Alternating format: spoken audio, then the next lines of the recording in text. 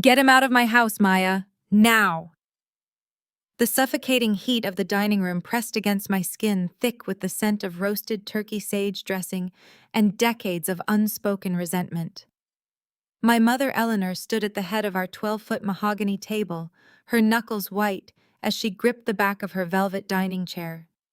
The heavy crystal chandelier above us cast a harsh, unforgiving light on her perfectly pressed silk blouse and the pearls sitting rigidly against her collarbone. She wasn't looking at me. Her furious, narrowed eyes were locked entirely on the man standing quietly in the foyer behind me. Marcus hadn't even had time to take off his coat. He had driven straight through a brutal holiday shift, battling icy roads and gridlocked holiday traffic just to make it to dessert. He was wearing his premium fleet chauffeur uniform, a crisp, immaculately tailored black suit, a pristine white shirt, and a subtle black tie. To anyone else, he looked like a hard-working, dignified man. To my mother, he was a walking stain on our family's upper-middle-class reputation. "Mother, keep your voice down," I said, my tone low and steady, though my heart was hammering against my ribs. "Marcus drove 2 hours just to be here with us for Thanksgiving. You are not going to disrespect him." Disrespect. Eleanor let out a sharp, breathless laugh that lacked any real humor. "You brought a taxi driver to my Thanksgiving table, Maya. You brought a hired hand into a room full of our peers wearing his little uniform, and you expect me to sit down and pass him the cranberry sauce." "It's a private chauffeur fleet," I corrected, feeling the familiar, exhausting burn of defending the man I loved to a woman who refused to see him. "And he is my fiancé." From the plush leather sofa in the adjoining sitting room, a soft, deliberate clink of crystal against glass echoed in the silence. My older sister Chloe took a slow sip of her Cabernet. She didn't say a word, but the smirk playing on her burgundy-painted lips said enough. Beside her sat Julian, her husband, an investment banker who had never worked a day of physical labor in his life. Julian casually adjusted his Rolex, leaning back with a look of pure, unadulterated amusement. They were enjoying this. They always enjoyed watching me fight for my place in a family that had already handed Chloe the crown. "Mrs. Vance." Marcus's voice broke the tension. It was deep, calm, and unnervingly polite. He didn't shrink under my mother's glare. He stood tall, his broad shoulders squared. "I apologize for arriving in my work attire. The holiday fleet schedule was backed up and I didn't want to miss sharing the evening with your family. If my presence is offensive, I can wait in the car for Maya." His grace only seemed to infuriate Eleanor more. She hated that he didn't cower. She hated that he didn't fit her narrative of the uneducated, unrefined stereotype she desperately wanted him to be. "You won't wait in the car because Maya isn't leaving with you," Eleanor snapped, finally turning her piercing gaze to me. "Maya is staying right here where she belongs, with her family. You, however, are going to turn around and walk back out that door." "Wow," I whispered, the final thread of my patience snapping. I untied the floral apron I had been wearing, the one I had worn while cooking half the meal sitting on her table, and threw it onto the nearest chair. "Maya," Chloe finally chimed in, her voice dripping with that syrupy, passive-aggressive concern she had perfected since childhood. "Don't do this. Mom's just stressed. We have guests coming over for pie later. The Hendersons are stopping by. You know how it looks. Just let him go home and change, or whatever it is he needs to do." "How it looks?" I turned to my sister, my voice eerily calm. "You mean how it looks that I'm marrying a man who actually works for a living, a man who doesn't need a trust fund to buy his own suits?" Julian's amused smile vanished, replaced by a defensive scowl. But I didn't give him a chance to speak. I walked over to the coat closet and pulled out my heavy wool peacoat. "Maya," Eleanor warned, her voice dropping an octave into that dangerous, commanding register that used to terrify me when I was a little girl.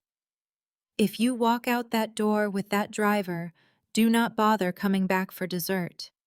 Do not bother coming back for Christmas. You are making a choice." I stopped with my hand on the brass doorknob. I looked at the extravagant spread on the table, the roaring fireplace. the polished perfection of a family that cared more about zip codes and job titles than loyalty and love. Then I looked at Marcus. His dark eyes held a mixture of deep sorrow for me and an unshakable grounding strength. He was my peace. He was the only real thing in a room full of expensive fakes. "I've already made my choice," I said. I opened the heavy oak door, grabbing Marcus's hand. The freezing November wind bit instantly at my cheeks, but the cold felt better than the suffocating air inside that house. I pulled the door shut behind us, the heavy thud severing me from my bloodline in one definitive strike. The walk to his car was silent. Our breath plumed in the frigid night air under the flickering amber glow of the streetlights. Marcus didn't drive a battered yellow cab like my mother loved to pretend. He drove a sleek, immaculate black Lincoln town car kept in pristine condition for his high-end clients. He opened the passenger door for me, waiting until I was settled before rounding the hood and sliding into the driver's seat. He didn't start the engine right away. The quiet hum of the dashboard lights illuminated the strong, sharp lines of his face. He rested his forehead against the steering wheel, exhaling a long, heavy breath. "I'm sorry, Maya," he murmured, the gravel in his voice breaking my heart. "I should have gone home and changed. I shouldn't have put you in that position." "Don't you dare apologize," I said fiercely, reaching across the center console to grip his jaw, forcing him to look at me. "Do you hear me, Marcus? Don't you ever apologize for working hard. Don't you ever apologize for who you are. She was looking for a reason to hate you long before tonight. If you had shown up in a tailored tuxedo, she would have found something else." He searched my eyes, searching for any trace of regret, any hint that I wished I was back inside eating pecan pie with a family that looked perfect on paper. He found none. He reached up, covering my hand with his thumb gently tracing my knuckles. "They're your family," he said softly. "You are my family now," I replied. He finally turned the key in the ignition, the engine purring to life, and pulled us away from the sprawling manicured lawns of my childhood neighborhood. We drove back to his modest one-bedroom apartment on the other side of the city. It didn't have crystal chandeliers or a 12-foot dining table. It had a small, cramped kitchen and a radiator that clanked in the middle of the night. But when we walked inside and he wrapped his arms around me, burying his face in my neck, it was the warmest I had felt all day. I told myself that I could handle the fallout. I was a grown woman, a successful real estate agent building my own career. I didn't need my mother's money, and I certainly didn't need her approval. I assumed her anger would manifest in silent treatments and passive-aggressive exclusion from holiday photos. I thought I knew exactly what my mother was capable of. I was wrong. The next morning, the gray winter light filtered through the blinds of Marcus's bedroom. I woke up with my head resting on his chest, listening to the steady, reassuring rhythm of his heartbeat. He was still fast asleep, his face relaxed and peaceful. I reached blindly for my phone on the nightstand to check the time. The screen lit up, glaring in the dim room. There were no missed calls from my mother. No apologetic texts from Chloe. Instead, there was a single newly delivered email sitting at the top of my inbox. The sender was Arthur Sterling, our family's estate and trust attorney. Frowning, I sat up slightly, rubbing the sleep from my eyes, and tapped the message open. "Dear Maya Pear, the direct and expedited instructions of your mother, Eleanor Vance. I am writing to formally notify you of a legal adjustment regarding the Vance generational estate, effective as of 8 a.m. This morning, your name has been legally severed and removed from the deed of the primary residence as well as the family trust. All access codes, security clearances, and financial privileges tethered to the estate have been revoked. You are legally prohibited from entering the premises without supervised permission. Please arrange a time with my office to collect any remaining personal effects." The phone nearly slipped from my trembling fingers. I read the words again, my vision blurring. The generational home wasn't just my mother's house. It was my grandmother's house. It was the only tangible safety net I had ever known, the place where all my childhood memories, my savings documents, and my winter clothes were currently sitting. In one single ruthless stroke, my mother hadn't just kicked me out of Thanksgiving dinner. She had made me completely, undeniably homeless. The screen of my phone blurred as I stared at the lawyer's email. The generational home, the very place my grandmother had promised would always be my sanctuary, was gone.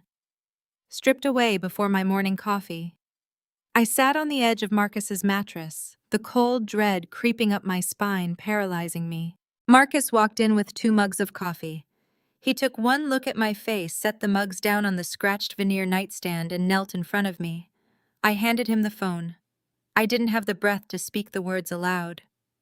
He read the email, his jaw tightening, a muscle feathering just beneath his ear. He didn't ask questions. He didn't panic. He simply handed the phone back to me and wrapped his large, warm hands over my freezing ones. "Drink your coffee," he said, his voice a low, steady rumble. "Then we're going to rent a truck. Whatever you want to keep, we take today. The rest can burn." By noon, we were back at the estate. The sprawling brick colonial that had defined my entire existence felt entirely foreign as I pushed open the heavy mahogany front doors. The silence inside was thick, oppressive. Eleanor was nowhere to be found, likely at her Saturday country club luncheon, sipping mimosas while her lawyer did her dirty work. I moved mechanically, pulling folded cardboard boxes from the trunk of Marcus's Lincoln and hauling them up the sweeping curved staircase to my bedroom. We worked in a rhythmic, focused silence. Marcus handled the heavy lifting, taping up boxes and stacking them near the landing while I pulled my life off the shelves. I was reaching for my framed real estate licensing certificate when the sharp, unmistakable click of designer heels echoed on the hardwood floor of the hallway. "Well, look at this."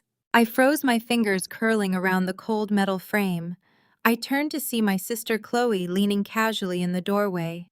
She was dressed in an immaculate cashmere wrap and knee-high leather boots, holding a half-empty matcha latte.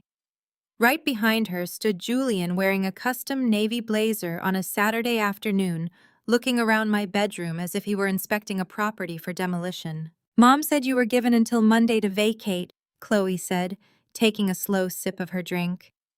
"But I suppose it's better you scurry out early. Less awkward for everyone." "Chloe, don't," I muttered, turning back to my desk to shove the certificate into a box. "I'm just getting my things. You don't need to be here." "Oh, but we do," Julian chimed in, stepping into the room. He ran a finger along the top of my dresser, checking for dust. "Eleanor asked us to supervise, to make sure you only take what actually belongs to you. After all, the house's assets are strictly tied to the family trust now." I whipped around, my blood boiling. "My clothes and my work files are not family assets, Julian." "Just being thorough," he smirked. Chloe drifted over to my desk, her eyes landing on a stack of closing folders. These were the high-tier commercial contracts I had bled for over the last 3 years. She picked one up, her manicured nail tapping against the glossy cover. "It's a shame you're leaving the firm's umbrella." Chloe sighed, dripping with that unbearable fake sympathy. "You really had a good run, Maya. I mean, I practically handed you half these clients. It's going to be so hard for you to start from scratch." My hands shook. I grabbed the folder out of her hand, tossing it into the open box at my feet. "You handed them to me?" I asked, my voice deadly quiet. "Is that the story you tell yourself now?" "Let's be very clear, Chloe. I worked the graveyard shift at the diner for 2 years to pay for my real estate exams, because Mother refused to write a check for anything that wasn't your tuition. I sourced every single one of those commercial leads. The only reason your name is anywhere near them is because Mother guilted me into putting you down as the lead agent, so your vice president promotion at Julian's firm looked legitimate to the board." Chloe's face flushed a deep, ugly red. "You were a junior associate. I had the network. You needed my name to close." "I needed you to step out of the way," I fired back. "But you've never been able to do anything on your own, have you? You've just taken what I built and slapped your monogram on it." "Watch your mouth, Maya," Julian snapped, stepping forward, his chest puffed out in a pathetic display of authority. Before Julian could take another step toward me, the doorway darkened. Marcus walked in carrying a stack of flattened boxes. He didn't rush. He didn't raise his voice. He simply stepped between me and Julian, his sheer physical presence immediately shrinking the room. He was a full head taller than Julian, his shoulders broad under his dark-fitted t-shirt. Julian stopped dead in his tracks, clearing his throat and taking a subtle half-step backward. "We're almost done here," Marcus said, his voice perfectly polite, but carrying a heavy, unmistakable warning. He didn't look at Chloe. He kept his eyes deadlocked on Julian. "We don't need supervision." Julian bristled, his fragile ego clearly bruised by the way Marcus easily dominated the space. He looked Marcus up and down, his eyes snagging on the faint grease stain on the knee of Marcus's jeans from changing a tire earlier that morning. A cruel, calculated smile crept back onto Julian's face. "Right, of course," Julian said. He reached into the inner pocket of his blazer and pulled out a sleek leather money clip. He peeled back a crisp $20 bill and held it out toward Marcus, pinching it between his index and middle finger. "I appreciate the muscle," Julian said, his tone laced with absolute poison. "I know you guys in the transportation sector rely heavily on tips. Good help is hard to find on a weekend. Go grab yourself a beer when you're done carrying her bags." The room went dead silent. My breath caught in my throat. I wanted to scream, to slap the smug look right off Julian's face, but I couldn't move. Marcus didn't blink. He didn't glance at the money. He looked at Julian with an expression of profound, chilling calm. It wasn't the look of a man who felt insulted. It was the look of a man staring at a foolish child playing in traffic. Marcus slowly reached out and gently pushed Julian's extended hand down, forcing the $20 bill back toward Julian's chest. "Keep your money, Julian," Marcus said softly, the deep timbre of his voice vibrating in the quiet room. "Hold on to every single penny. You're going to need it a lot more than I will." Julian's smug smile faltered. He looked down at the 20 in his hand, then back up at Marcus, entirely unnerved by the interaction. There was no anger for Julian to feed off of, only a quiet, absolute certainty that made the hairs on my arms stand up. "Let's go, Maya," Marcus said, turning his back on Julian completely. He picked up the heaviest box of files effortlessly. "The truck is ready." We didn't say another word to them. I grabbed my coat and my purse, stepping around Chloe as if she were a piece of misplaced furniture. We hauled the last of the boxes down the stairs and out the front door, leaving the heavy mahogany to click shut behind us, sealing away 30 years of toxic expectations. The air outside was biting the winter wind, whipping through the bare branches of the oak trees lining the driveway. I climbed into the passenger seat of the rental truck, pulling the door shut and leaning my head back against the cold glass of the window. My muscles ached, and my chest felt like it had been hollowed out with a rusty spoon. But as Marcus started the engine, the heater roaring to life, a profound sense of relief washed over me. We were out.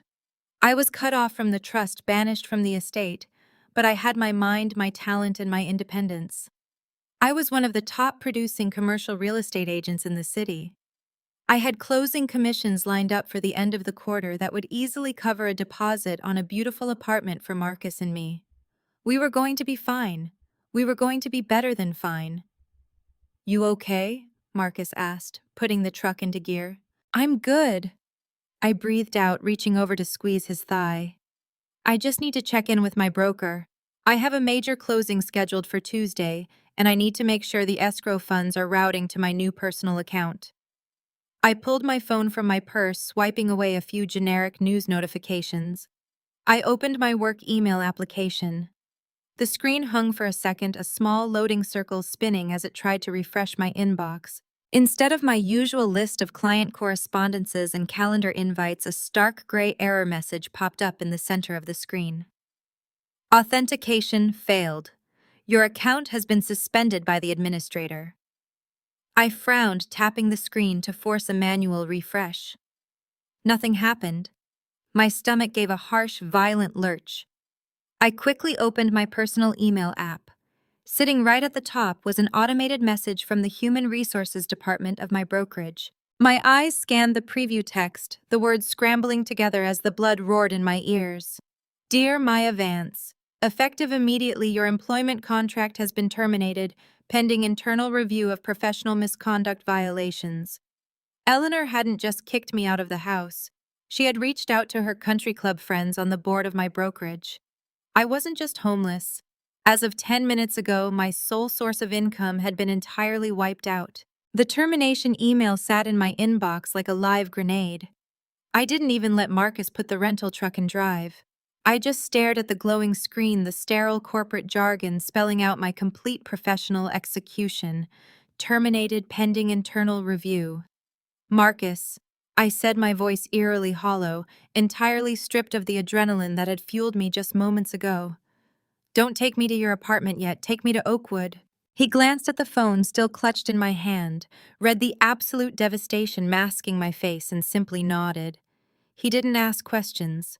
He shifted the truck into gear, and we drove in silence toward the affluent hills of the city's west side. The Oakwood Country Club was a fortress of old money wrapped in manicured ivy and the suffocating scent of expensive perfume.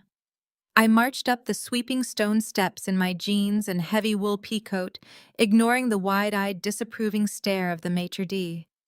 I didn't wait to be seated. I knew exactly where my mother would be. Eleanor held court at her usual corner table on the glass-enclosed veranda, bathed in the crisp afternoon sun. She was flanked by two of her closest socialite friends, women whose entire existences revolved around charity galas and malicious gossip. They were laughing over plates of poached salmon and delicate crystal flutes of mimosas. I didn't yell. I didn't cause a physical scene. I simply walked up to the pristine white tablecloth and dropped my phone directly next to her silver fork. You had me fired. I stated the words sharp and absolute. The two women beside her gasped, exchanging thrilled, scandalous glances. Eleanor didn't flinch. She delicately dabbed the corners of her mouth with a linen napkin, took a slow sip of her mimosa, and finally looked up at me. I have absolutely no idea what you're talking about, Maya, Eleanor said smoothly.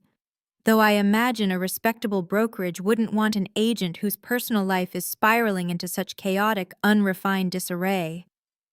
You called Arthur, I pressed, leaning over the table, refusing to let her deflect. You used the family's investment accounts as leverage to force my managing broker to terminate my contract. You took my home this morning, and now you're taking my livelihood. Eleanor sighed, a perfectly manufactured sound of maternal exhaustion. She reached into her oversized designer tote resting on the chair beside her and pulled out a sleek manila folder. She slid it across the tablecloth until it bumped against my phone. I anticipated you might be emotional today, Eleanor said, her voice dropping to a low conversational hum, masking the venom for the sake of her audience. So I had Arthur draft a very simple, very generous solution. Open it. My fingers trembled slightly as I flipped open the cover. It was a legally binding contract. The terms are incredibly straightforward, Eleanor narrated, her eyes gleaming with the thrill of the corner. You will formally sever your engagement with that chauffeur. You will sign a strict non-disclosure agreement regarding the Vance family trust, our internal finances, and your sister's professional arrangements.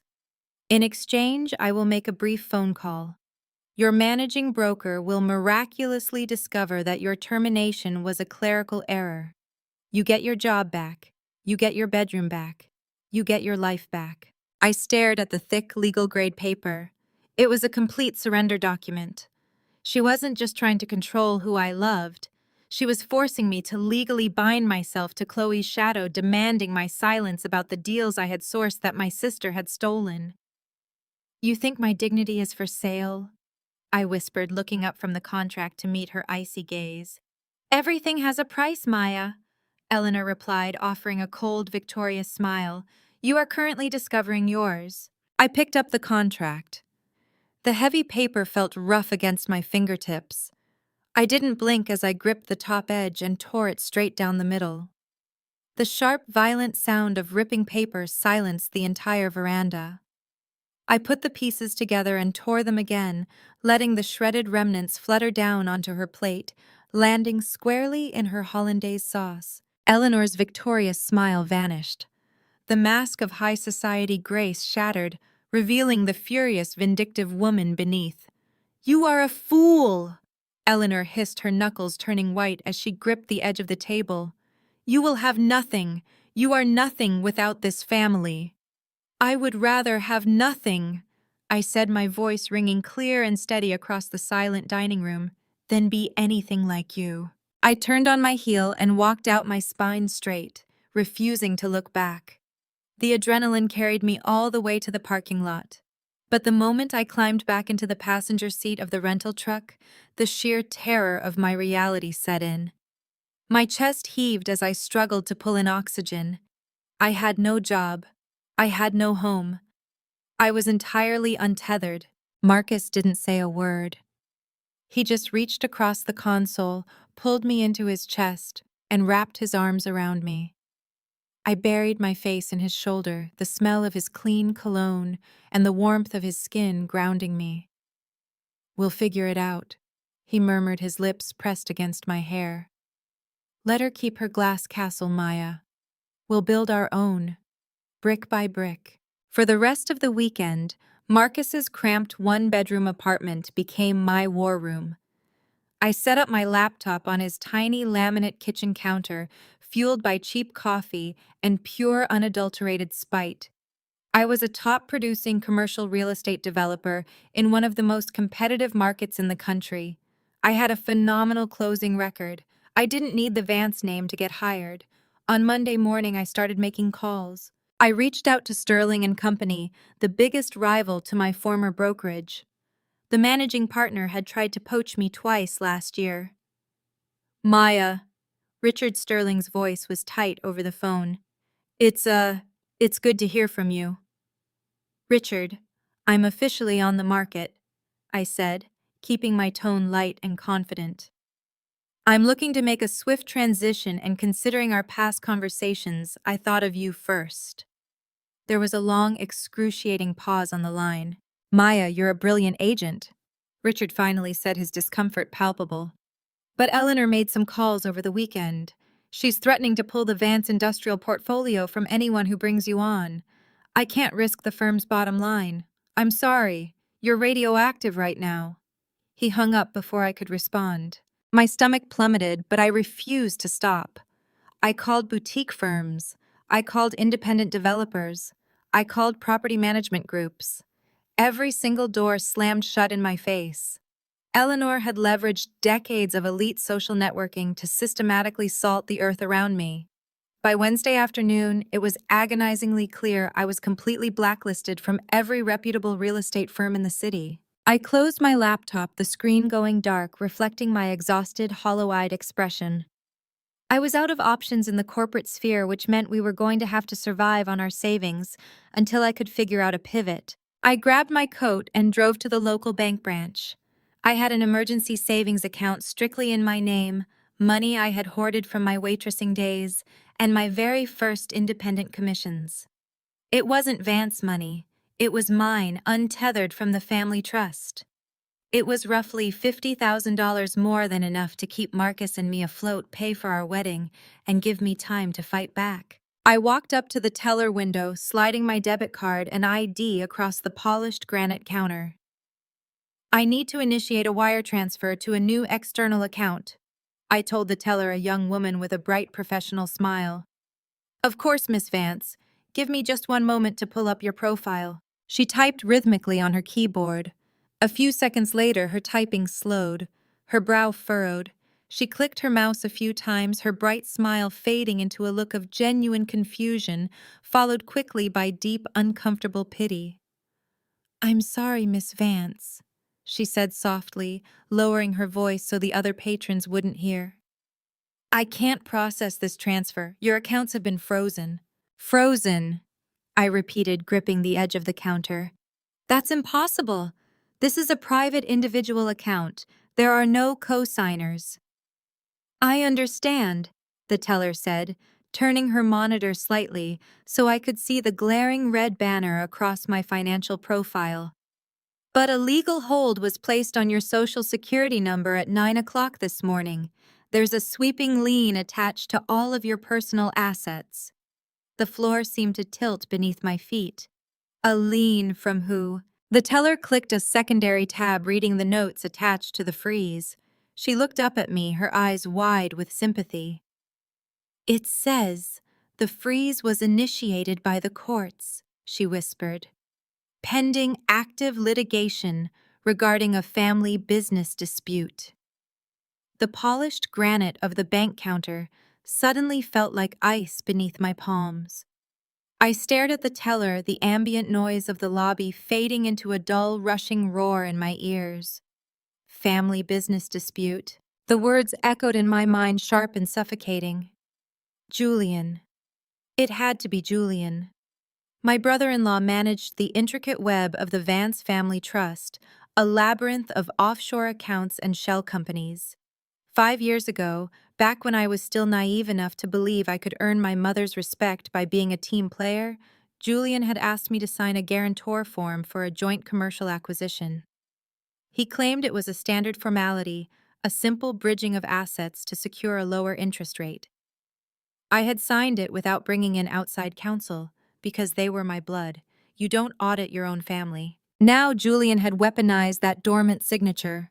He had manipulated a legal loophole to claim my personal accounts were commingled with the trust, successfully petitioning a judge to freeze every dime I had to my name. I stumbled out of the bank and into the bitter afternoon wind, my chest heaving as I pulled out my phone.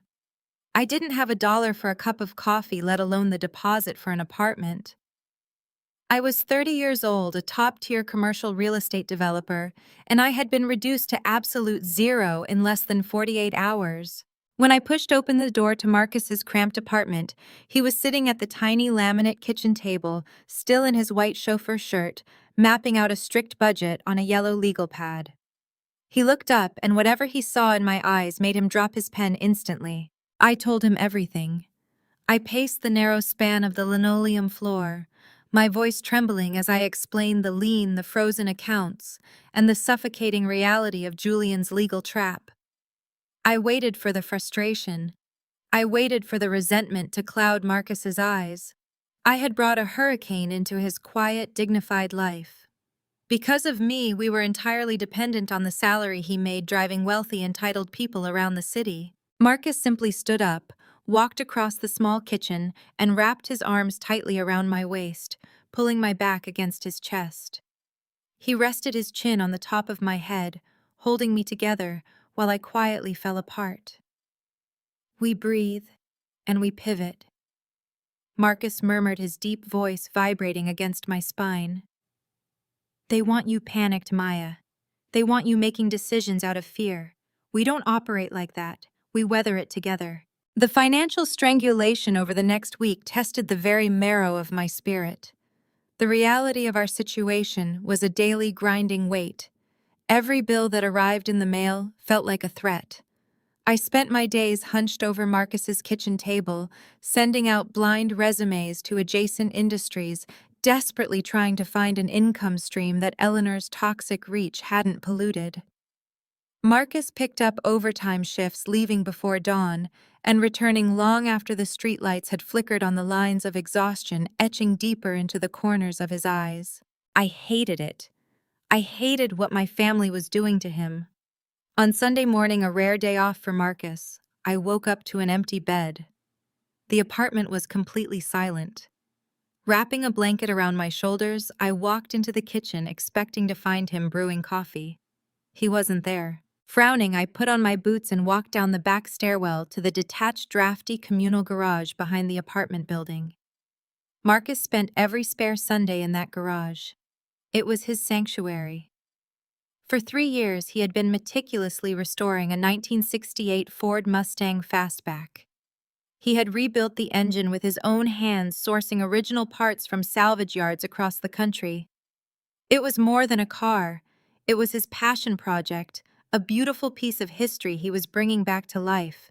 I pulled open the heavy side door of the garage, the familiar scent of motor oil and old leather rushing to meet me.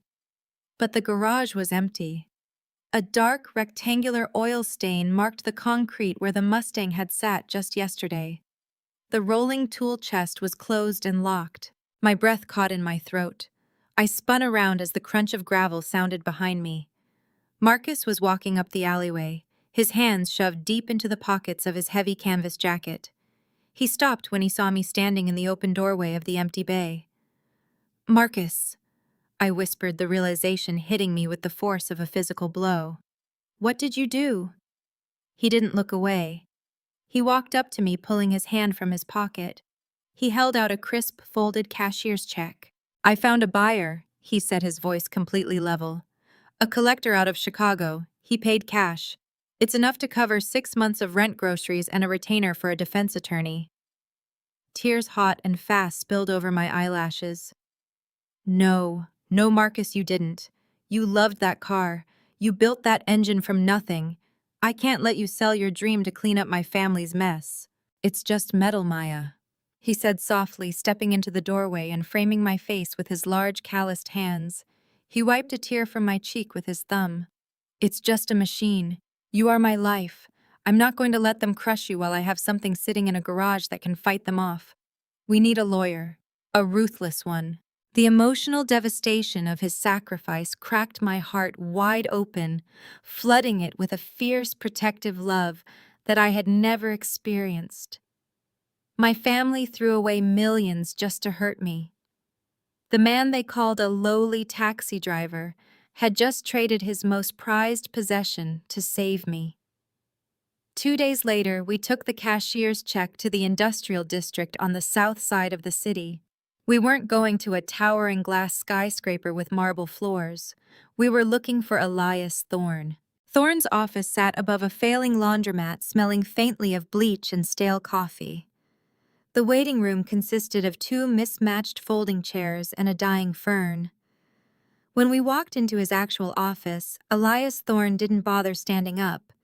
He was a man in his late 50s with a rumpled suit, a 5 o'clock shadow, and eyes that looked like they hadn't seen a full night of sleep in a decade.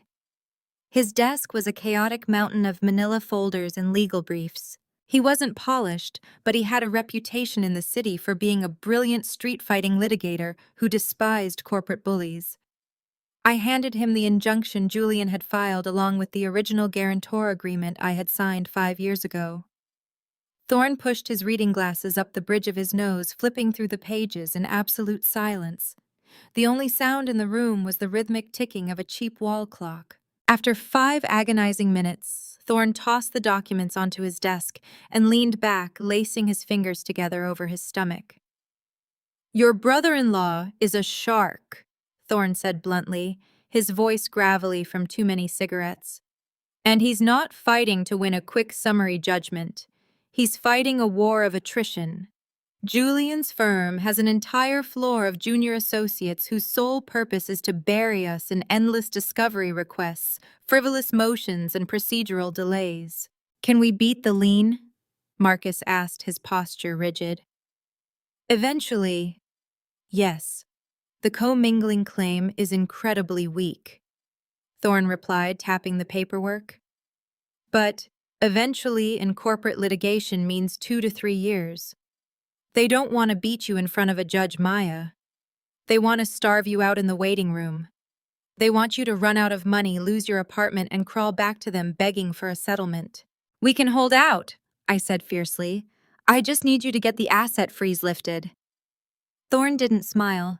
He leaned forward, resting his elbows on the cluttered desk, his dark eyes locking onto mine with a grim, pitying intensity. "The frozen assets are a distraction, Maya. A smokescreen." Thorne reached into the middle of the stack, pulling out a secondary ledger attached to the back of the filing, a document buried deep in the appendices that I hadn't understood. "Julian didn't just freeze your money to starve you out," Thorne said, sliding the ledger across the desk until it rested inches from my hands. "When he invoked the guarantor clause from that commercial acquisition, he didn't just claim your personal savings. He manipulated the corporate structuring to reassign the liability of a failing asset." My blood ran cold. "What does that mean?" "What?" Thorne adjusted his glasses, delivering the fatal blow. "It means Julian just legally transferred the toxic debt of an underwater commercial property into your name. If we don't break this injunction, you won't just be broke, Maya. You will owe the bank $4.2 million. $4.2 million. The number hung in the stagnant air of Thorne's office, heavy and absolute like a guillotine blade waiting to drop. My breath hitched, trapping itself somewhere deep in my chest. I couldn't even process the mathematics of it. Julian hadn't just orchestrated a minor financial inconvenience to teach me a lesson. He had engineered a financial execution. He had taken a decaying, toxic commercial strip mall that the Vance Trust was bleeding capital over, forged a path through the guarantor loophole I had naively signed, and legally strapped the anchor to my ankles. The retainer from Marcus's car buys us time. Thorne grunted, pulling a thick legal pad toward him and uncapping a cheap pen. It gets me in front of a judge to file an emergency motion to contest the debt transfer. But Julian's corporate machine will stall. They will bury us in paperwork. To keep fighting, to keep eating, you need an income stream, immediately. And it has to be entirely off the grid of your mother's influence. I didn't argue. I didn't cry. The sheer magnitude of the threat burned away my shock, leaving only a raw, desperate instinct to survive. By Monday, the city's top-producing commercial real estate developer was wearing a stiff, starched white button-down shirt and a black bistro apron. I secured a job at Laura, an impossibly pretentious Michelin-starred French restaurant nestled in the heart of the financial district. It was grueling physical labor that demanded 12-hour shifts on my feet, balancing scalding plates and navigating the chaotic, shouting labyrinth of a commercial kitchen. My lower back screamed in constant agony, and my hands were permanently blistered from the industrial dish sanitizer. But the tips were in cash. The management didn't care about my frozen bank accounts, and Eleanor had no leverage over the fiercely independent head chef who hired me. It was a brutal, dizzying fall from grace. Just a month ago, I had sat at these very tables sipping imported Bordeaux and negotiating 8-figure high-rise acquisitions. Now I was sweeping crumbs off the linen tablecloths and reciting the evening specials to men wearing the exact same bespoke suits as the brokers who had blacklisted me. I swallowed my pride with every shift. Every dollar I brought home went straight into an envelope on Marcus's kitchen counter to keep the lights on and Thorne's legal fees paid. But true humiliation is rarely accidental. It is almost always a coordinated attack. It happened on a Friday night, right at the peak of the dinner rush. The restaurant was a cacophony of clinking crystal jazz music and low, wealthy murmurs. I had just balanced a tray of searing hot escargot on my shoulder when the maitre d', a sharp-eyed man named Henri, intercepted me near the service station. "Maya," Henri whispered, his brow furrowed in discomfort. "Table 4 requested your section specifically. They were very insistent."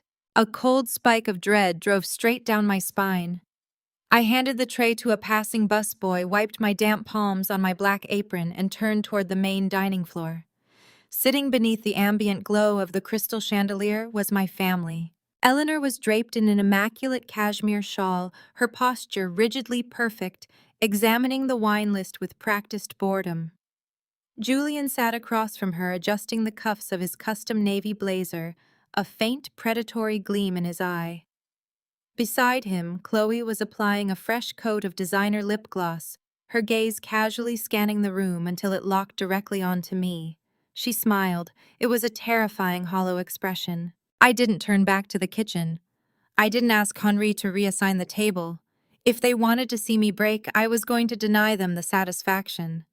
I straightened my spine, pasted on a flawlessly blank professional mask, and walked directly up to table 4. "Good evening," I said, my voice crisp, betraying absolutely no emotion. "Welcome to Laura. Can I start you off with some sparkling water or perhaps a cocktail?" Chloe let out a soft, theatrical sigh, resting her chin on her hand as she looked me up and down. She took in the cheap black slacks, the heavily starched shirt, and the order pad in my hand. "Maya," Chloe purred, her voice dripping with toxic manufactured pity. "Look at you. You know, Mother always said manual labor builds character. It's so brave of you to embrace this transition." "Sparkling or still, Chloe?" I asked, my pen hovering over the pad, entirely ignoring the bait. Julian chuckled, a low, condescending sound. He leaned back in his chair, snapping the wine list shut. "We'll take the Chateau Margaux, the 2015, and Maya be a doll and make sure you decant it properly. I know you've been out of the luxury loop for a few weeks, but try not to bruise the vintage." For 2 agonizing hours, I endured a masterclass in psychological warfare. They didn't yell. They didn't make a public scene. They simply weaponized their wealth and my servitude with surgical precision. Chloe sent her sea bass back twice, claiming it was overcooked, making me carry the heavy ceramic plate back and forth through the crowded dining room. Julian continuously interrupted me while I was serving other tables, snapping his fingers to demand more bread or a fresh napkin. Eleanor was the worst of all. She barely spoke to me. She simply watched me. She watched me clear their dirty plates, watched me pour their water, watched me scrub a small wine stain off the tablecloth near her elbow. Her silence was a suffocating heavy blanket, silently screaming her absolute victory over my independence. She was watching me pay the price for defiance. I didn't snap. I didn't drop a single plate. I moved with robotic, mechanical efficiency, locking away my rage, my humiliation, and my exhaustion in a tight, dark box in the back of my mind. Finally, the ordeal concluded. Julian paid the exorbitant bill with a sleek, black titanium card, not even glancing at me as he signed the receipt. They stood up, Eleanor adjusting her cashmere wrap, Chloe looping her arm through Julian's. They walked out of the restaurant without a single backward glance, leaving behind the wreckage of my pride. I walked over to clear the table, my hands trembling so violently I could barely grip the edges of the empty dessert plates. I reached for Eleanor's empty espresso cup, lifting the delicate porcelain from its saucer. Underneath the cup sat a single crumpled $1 bill. Resting beneath the dollar was a heavy cream linen napkin. Written across the fabric in Eleanor's unmistakable, perfectly looping cursive were 4 words: "Choices have consequences. E." I stared at the single dollar. The sheer, overwhelming cruelty of the gesture finally breached my defenses. My throat constricted, a thick, burning knot of tears threatening to spill over. I shoved the napkin into my apron pocket, grabbed the dishes, and practically sprinted back to the dish pit, hiding in the steamy, deafening sanctuary of the kitchen before the first tear could fall. By the time my shift ended at 2 in the morning, the adrenaline had completely evaporated, leaving me a hollow, aching shell. I took the night bus back to Marcus's neighborhood, resting my forehead against the cold, vibrating glass of the window, watching the streetlights bleed into long yellow streaks. I was broken. The $4.2 million debt hanging over my head, the grinding physical labor, the absolute crushing humiliation of serving the people who had actively destroyed my life. It was too much. I couldn't fight a war of attrition against a billionaire's corporate machine. I couldn't let Marcus drain his entire life, sell his dreams, and burn his future just to keep me treading water. As I walked up the 3 flights of stairs to the apartment, my decision calcified. I was going to call Thorne in the morning. I was going to tell him to stop fighting the injunction. I would file for Chapter 7, bankruptcy surrender to the multi-million-dollar debt, and let Eleanor win. I just wanted it to be over. I just wanted peace.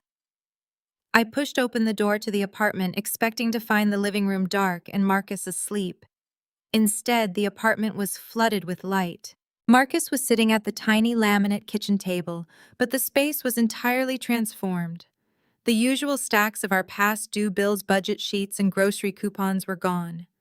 In their place, the table was entirely covered in massive, heavy rolls of architectural blueprints, glossy corporate prospectuses, and thick leather-bound financial ledgers. Marcus wasn't wearing his faded white chauffeur shirt or his grease-stained garage jeans. He was wearing a tailored dark charcoal dress shirt, the sleeves rolled up to his forearms, his posture radiating a quiet, absolute authority I had never seen before.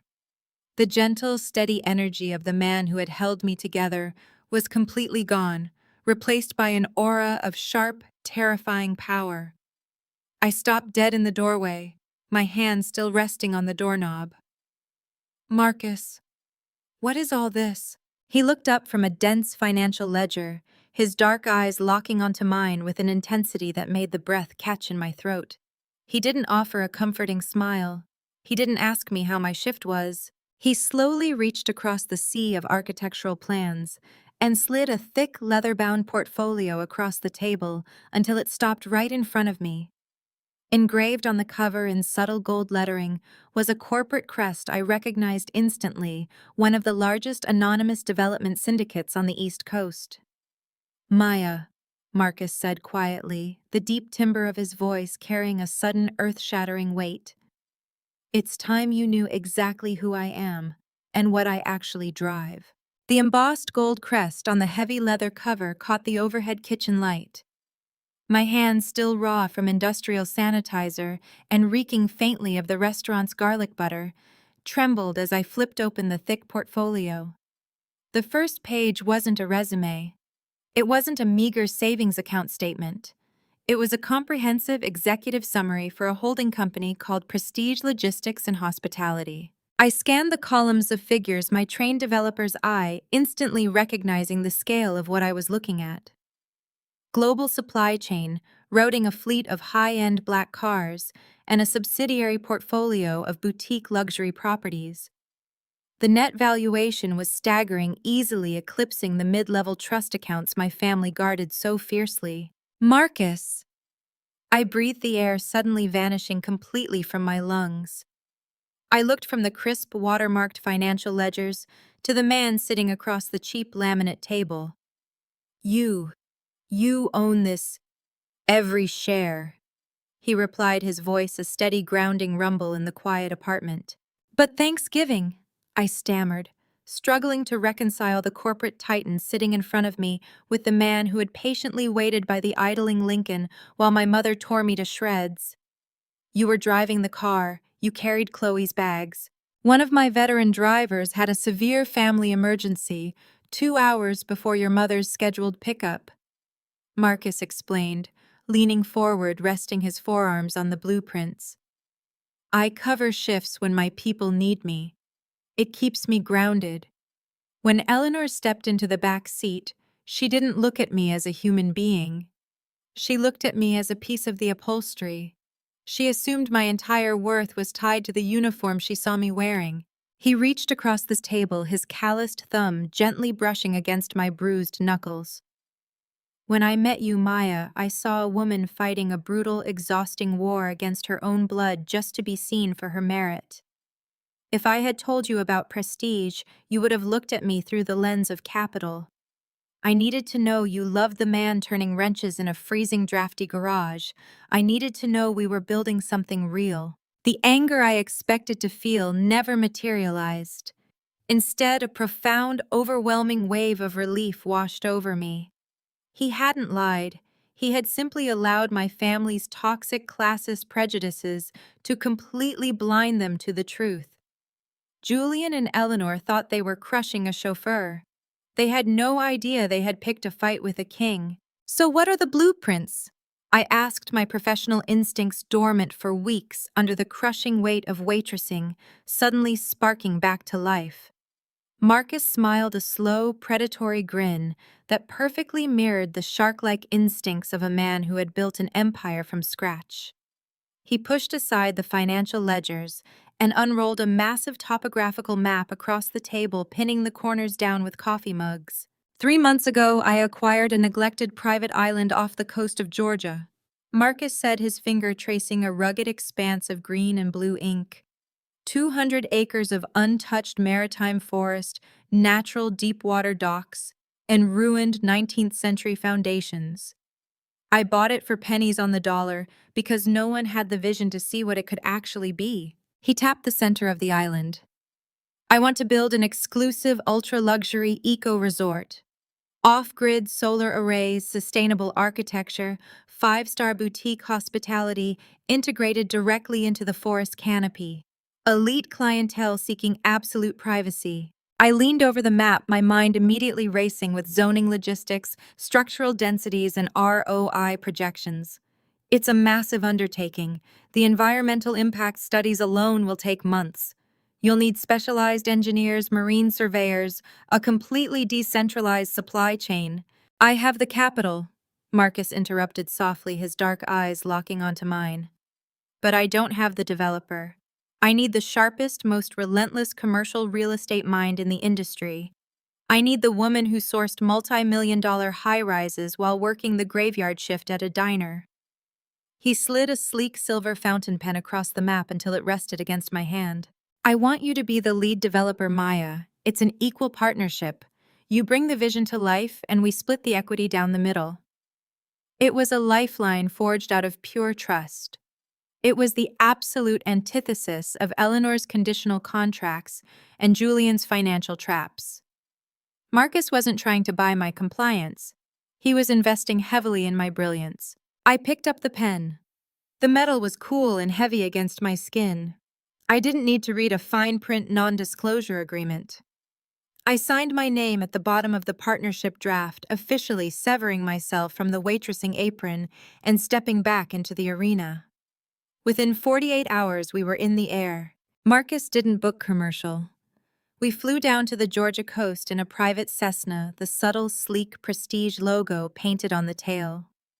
Looking out the window as the freezing gray sprawl of the northern winter gave way to the vibrant, humid green of the southern coastline, the crushing weight of the multi-million-dollar debt temporarily faded into the background. I had a purpose again. We were going to build a fortress that Julian's corporate machine couldn't touch. We landed at a small regional airstrip, the thick, salty air of the Atlantic hitting us the moment the cabin doors opened. We took a rented Jeep directly to the mainland county zoning office. Before we could even step foot on the island to begin the preliminary surveying, we needed to pull the local environmental variances and secure the marine transport permits. The municipal building was a sleepy brick structure smelling of old paper and floor wax. The county zoning commissioner, a balding, weary-looking man named Henderson, sat behind a cluttered desk. When I handed him the parcel identification numbers for the island, his face visibly paled. He didn't reach for the paperwork. He just stared at it like it was radioactive. "Ms. Vance," Henderson sighed, removing his wire-rimmed glasses and aggressively rubbing the bridge of his nose. "I can't authorize these permits. In fact, I can't even allow your surveying teams on the water." I planted my hands flat on his desk, my developer instincts instantly flaring to life. The property is privately owned by Prestige Logistics. There are no outstanding tax liens on that specific parcel. By law, you have a mandatory civic obligation to process the environmental variances within a 48-hour window. "It's not about taxes," Henderson muttered, glancing nervously at the closed door of his office, as if someone might be listening. As of yesterday morning, a massive corporate firm filed a barrage of aggressive lobbying injunctions. They are claiming your proposed eco-resort violates obscure coastal preservation statutes.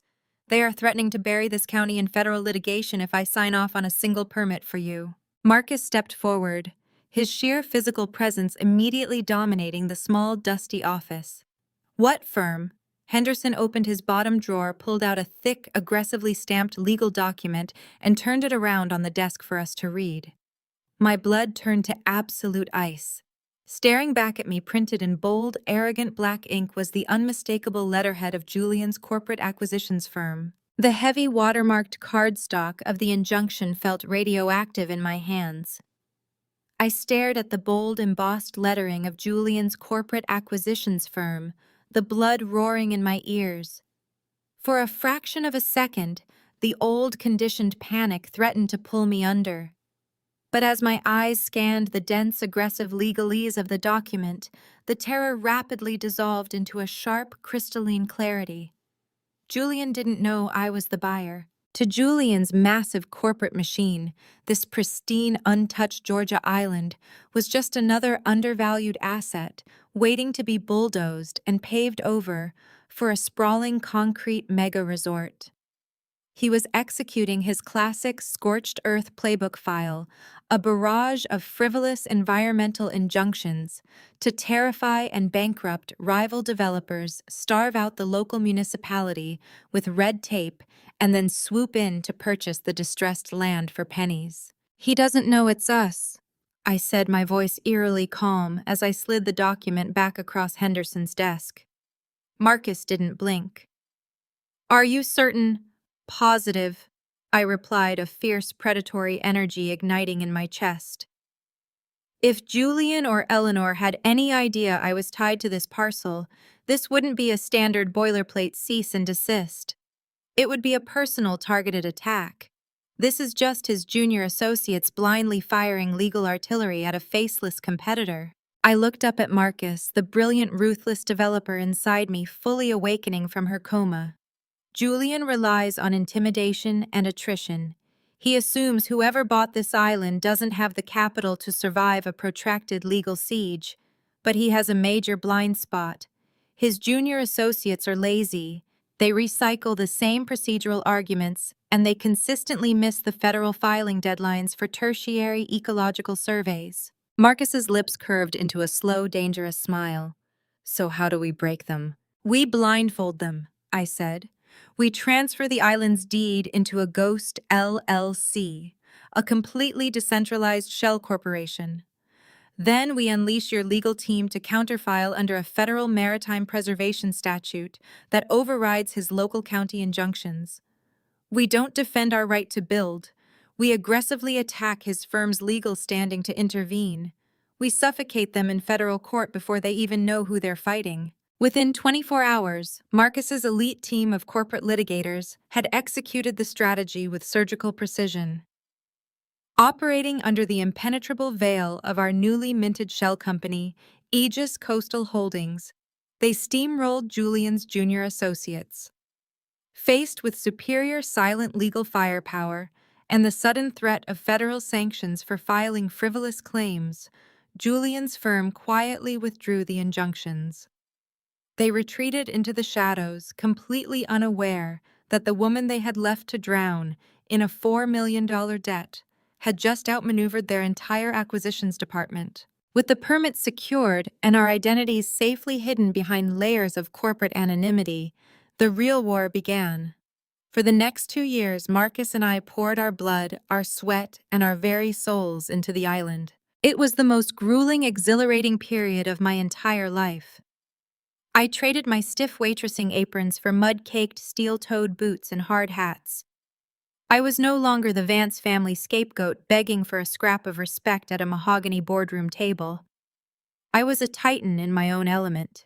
Together, Marcus and I orchestrated a logistical masterpiece, while he commanded his transportation empire to seamlessly import sustainable high-grade materials across the Sound, without disrupting the fragile marine ecosystem I lived and breathed the architectural development. I designed a sanctuary that didn't conquer the island but surrendered to it. We built 30 ultra-luxury eco-friendly villas, suspended seamlessly within the ancient sprawling canopy of the maritime forest. We utilized reclaimed teak state-of-the-art solar glass and decentralized water purification systems. Every structure was a testament to invisible luxury. We meticulously hired a world-class staff pulling visionary chefs, elite concierge managers, and holistic wellness experts who believed in the ethos of absolute harmonious sanctuary. Watching the resort rise from the dirt was a profound healing catharsis. With every beam secured and every solar grid activated, the lingering toxic ghost of Eleanor's disapproval faded further into the ether. I wasn't just building a multi-million-dollar asset. I was building an impenetrable fortress. And through it all, the bond between Marcus and me deepened into something unbreakable. We fought through supply chain failures, weathered brutal coastal storms, and celebrated every minor victory side by side in the trenches. He was my absolute equal, a man who never asked me to shrink to accommodate his ego, who fueled my ambition rather than stifling it. The culmination of our relentless 2-year crusade arrived on a warm, golden evening in late spring. The resort was complete. The grand opening was scheduled just 3 weeks away. I was walking down the newly finished pristine cedar docks that stretched out into the deep, tranquil blue of the Sound. The air smelled of salt and wild jasmine. Marcus was standing at the end of the pier, his silhouette framed against the breathtaking, fiery explosion of the setting sun. He was wearing a simple white linen shirt and dark trousers, the sea breeze catching his hair. As I walked up to him, he turned his dark eyes radiating a warmth and absolute certainty that made the breath catch in my throat. "We did it," I whispered, looking back at the island where the warm amber lights of the luxury villas were just beginning to glow softly through the dense green canopy. "You did it," Marcus corrected softly, reaching out to gently cup my face. "I just gave you the canvas, Maya. You painted the masterpiece."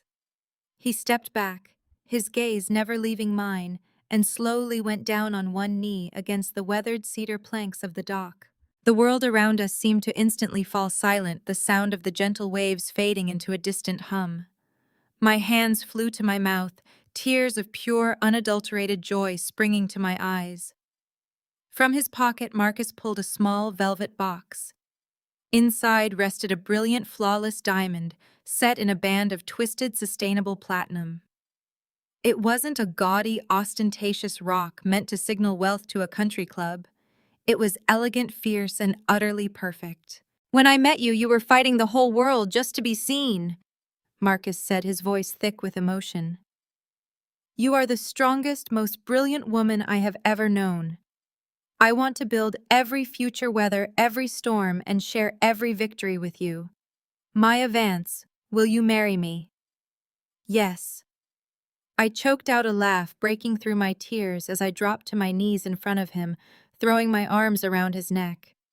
Yes, absolutely yes. It was the single happiest moment of my life.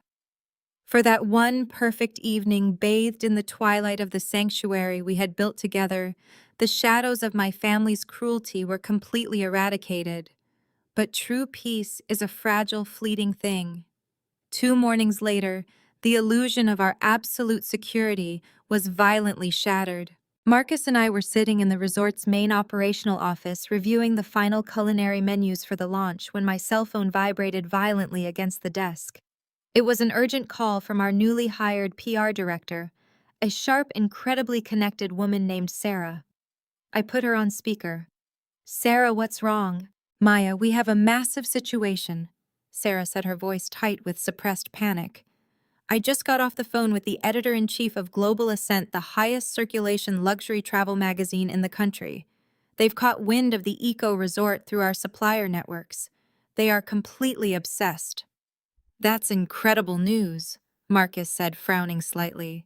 "Why is this a situation?" "Because they want the exclusive cover story for their annual Innovators of Luxury issue," Sarah explained, taking a shaky breath. "They are demanding to send a full editorial team down here next week. But they don't just want to photograph the island, Maya. They are absolutely insisting on doing a massive, high-profile photo shoot and a 10-page biographical profile on the mysterious visionary founders of Aegis Coastal Holdings." My blood ran cold. "Maya!" Sarah continued, delivering the final fatal blow. "They made it clear. If we don't give them full transparency and feature your faces on the cover, they will pull the press entirely and run a speculative piece on the holding company. We can't say no without looking like we're hiding something illegal." I stared at Marcus in absolute horror. The grand opening was weeks away.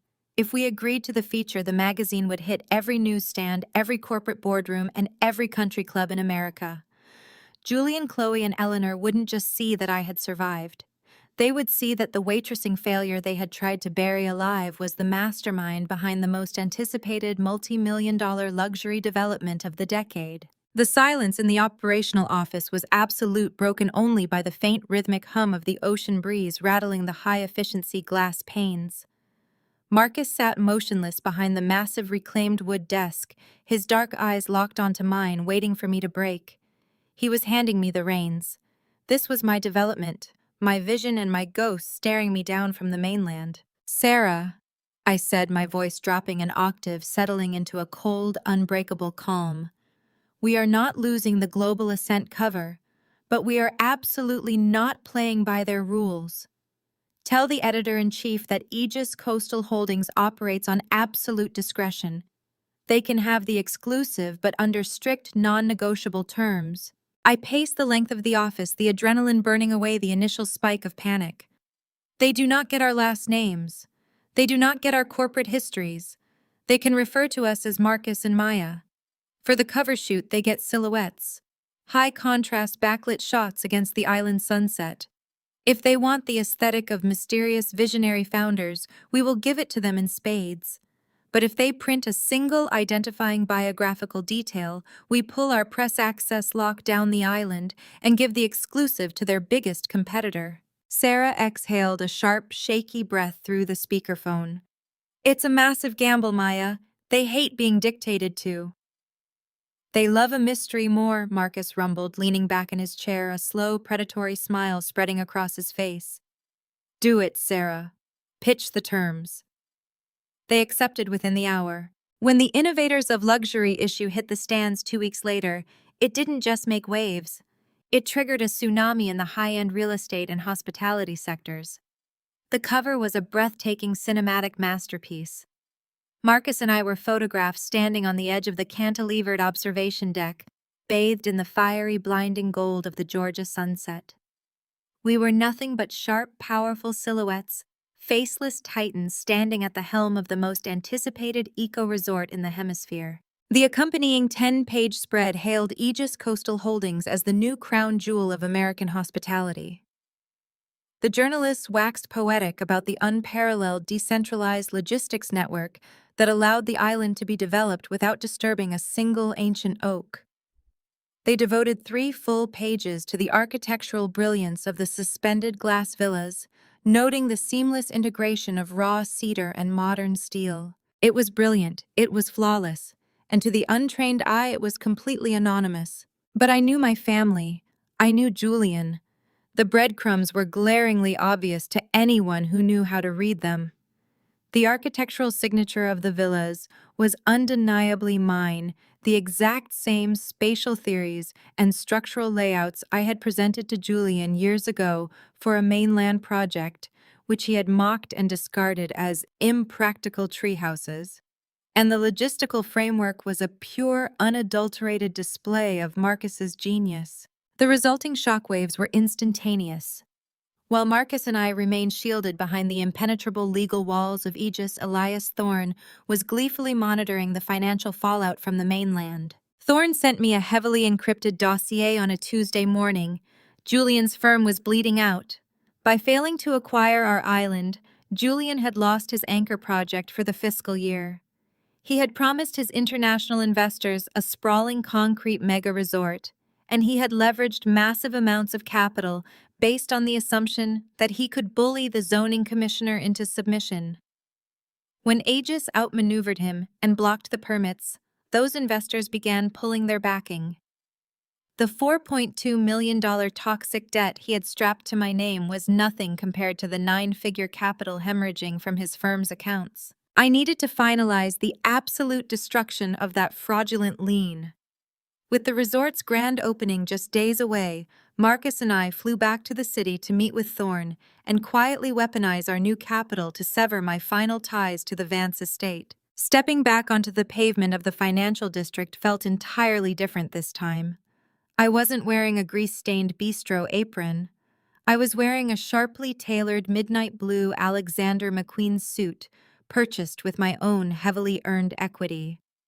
I moved through the crowded streets with the quiet, lethal confidence of a woman who had walked through the fire and emerged as the owner of the flames. With an hour to kill before my appointment at Thorne's office, I stepped into a high-end minimalist espresso bar on the corner of 5th and Madison.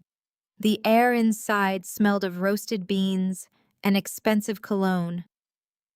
I ordered a black coffee waiting at the far end of the marble counter when a voice cut through the ambient hum of the cafe. "Well, if it isn't the prodigal daughter." I didn't flinch. I turned slowly, my expression perfectly neutral, to find my sister standing a few feet away. Chloe looked wrong.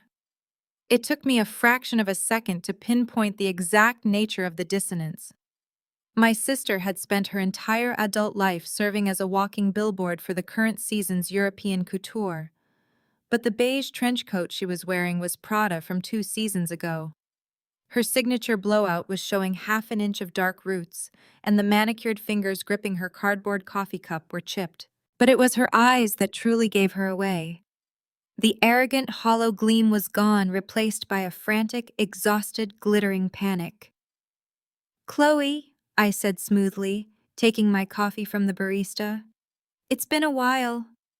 She stepped directly into my personal space, her eyes darting over my designer suit, her jaw tightening in visible bitter calculation. "How are you paying for a $12 coffee, Maya, let alone that suit? Julian froze your accounts. You were waiting tables in a dive." "I found a new line of work," I replied, taking a slow, deliberate sip of my coffee. "Something with a bit more upward mobility." Chloe let out a harsh, breathless laugh that bordered on manic. She glanced around the cafe, her voice dropping to an aggressive, conspiratorial whisper. "Don't play games with me. I read the latest issue of Global Ascent. Everyone in Julian's circle read it. They did a massive profile on that ridiculous eco-resort down south, the one that bought the land right out from under Julian's firm." She leaned in closer, the scent of her stale perfume clashing with the coffee beans. "The article mentioned a Maya on the development team, a grunt worker helping the visionary billionaires build their little tree houses. Tell me you aren't scrubbing toilets for the exact same people who screwed over your own brother-in-law." I stared at her, the sheer staggering magnitude of her arrogance momentarily leaving me speechless. She was so blinded by her own manufactured superiority that she couldn't even fathom the truth. She looked at a multi-million-dollar empire, saw my name explicitly printed in the glossy pages of an international magazine, and automatically assumed I was the hired help. I didn't correct her. I let her spin in the dark, suffocating trap of her own delusions. "I do whatever the owners ask of me," I said, my voice soft, entirely devoid of inflection. "They treat me very well." Chloe's lip curled in absolute disgust. "You are pathetic. Siding with the enemy just to scrape by. Julian is going to crush them, you know. He's putting together a coalition to bury their logistics network in federal trade disputes. He'll bankrupt them by Christmas, and you'll be right back to sweeping floors." She spun on her heel to make a sharp, dramatic exit, clearly desperate to have the last word. But in her frantic, aggressive haste, the strap of her oversized, out-of-season designer tote caught hard on the sharp corner of the marble counter. The heavy leather bag ripped violently from her shoulder, hitting the polished floor with a sickening thud. The gold clasp snapped under the impact. Contents vomited across the floor, scattering over the pristine white tiles. A cracked compact mirror, a tangled mess of charging cables, half a dozen empty prescription bottles, and envelopes. Thick, aggressive stacks of mail heavily stamped in glaring red ink. The cafe fell dead silent. Everyone in the immediate vicinity turned to stare. Chloe froze, all the color instantly draining from her face, leaving her looking hollow and terrified. I looked down at the floor, my eyes locking onto the scattered letters resting directly against the toe of my Italian leather pump. Final notice. Intent to seize assets. Chapter 11. Preparatory filings. Immediate collection demand. Every single envelope was addressed to Julian Vance. I slowly raised my gaze from the undeniable proof of Julian's financial collapse, locking eyes with my sister. The frantic, aggressive facade completely crumbled, leaving only raw, naked terror staring back at me. Chloe's manicured, chipped fingernails scrambled frantically across the pristine white tiles of the cafe. Her breath hitched in a wet, humiliating gasp as she blindly snatched at the thick stack of envelopes. She shoved the red-stamped collection notices and bankruptcy warnings deep into the lining of her broken designer tote. Her hands trembling so violently, she dropped her compact mirror twice. I did not move to help her. I simply stood there perfectly balanced in my Alexander McQueen heels, holding my coffee, and watched the illusion of the Vance family dynasty shatter on the floor of a midtown espresso bar. It's a mix-up, Chloe stammered. Her voice pitched an octave too high, her eyes wide and bloodshot, as she finally stood up, clutching the torn bag to her chest like a shield. Julian's accountants are... They're restructuring some minor holding assets. It's procedural. Of course, I said, my voice smooth, quiet, and completely devoid of pity. Procedural. She didn't try to insult my suit again. She didn't deliver another parting shot about my supposed servitude. She just stared at me for one long, agonizing second, recognizing the cold, unyielding comprehension in my eyes, before she turned and practically sprinted out the glass doors, disappearing into the chaotic churn of the Manhattan sidewalk. I took a slow, deliberate sip of my black coffee. The bitter warmth grounded me. The ghost of my family's superiority had just been exorcised by a pile of final notices. The anatomy of a collapse. 30 minutes later, I walked into the sleek glass-walled conference room of Elias Thorne's law firm. Marcus was already there, leaning against the edge of the conference table, reviewing a digital tablet. When I stepped into the room, he looked up instantly, reading the shift in my posture. "What happened?" Marcus asked, setting the tablet down. "Julian is broke," I said, dropping my purse onto the leather chair. "Not just cash poor. Chloe just dropped half a dozen final notice collection letters in front of me at the coffee shop. Intent to seize assets. Chapter 11, Preparatory Filings." Elias Thorne, who had been quietly standing by the window overlooking the financial district, turned around. A sharp, incredibly predatory smile spread across his weathered face. He walked over to the interactive display board on the wall and woke up the screen with a tap of his stylus. "Your instincts are flawless, Maya," Thorne said, pulling up a series of heavily encrypted financial flowcharts. "My forensic accountants just finished tracing the fallout from the Georgia Island acquisition failure. Julian didn't just lose his firm's working capital when you blocked his permits." Thorne tapped a massive red column on the chart. He was so arrogantly confident that he could bully the zoning commissioner and steal that land that he bypassed standard corporate lending. He leveraged the Vance Family Trust Fund as collateral to secure the bridge loans for his international investors.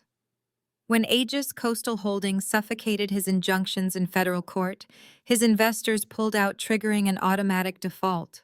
Marcus crossed his arms, his eyes narrowing as he analyzed the data. He cross-collateralized his own family's generational wealth on a speculative hostile takeover. And he lost. I finished the magnitude of Julian's staggering incompetence washing over me. Eleanor's impeccable country club memberships, Julian's imported cars, Chloe's seasonal couture, it was all gone. It was currently being held together by duct tape, fraudulent credit extensions, and sheer terrified denial. They were sitting in a mansion that the bank was actively preparing to seize. "We can crush the toxic lien they placed on you by tomorrow morning," Thorne stated, clicking his stylus. "We have enough leverage to bury his firm permanently and expose the misappropriation of the family trust."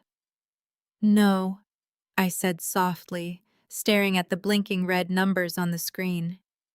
Marcus looked at me, a slow, knowing heat igniting in his dark eyes.